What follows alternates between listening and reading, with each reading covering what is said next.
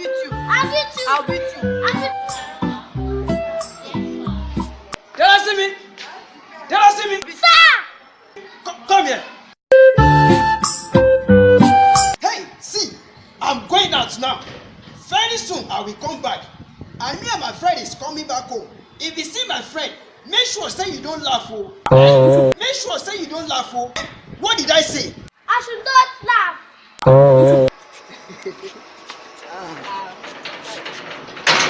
Don't see me now. Eh? Don't see me. Ah, it's at home. Okay, I go do something to make that see me laugh now. You not gonna laugh, I don't tell her. Okay, no go laugh. You not gonna laugh now. Now my purse business.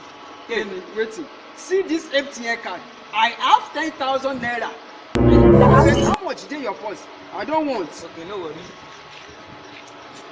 Take my poster card. You not gonna laugh. Okay, let's go.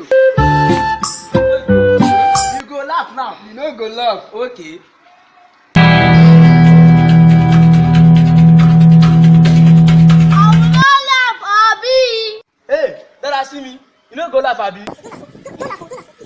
Okay, wait. See your mother. See your mother. Hey, I don't win. Don't see me. Don't laugh, Abi. Funke. Don't see me. You laugh. If you laugh. Okay, give me my purse, John. Give me my purse.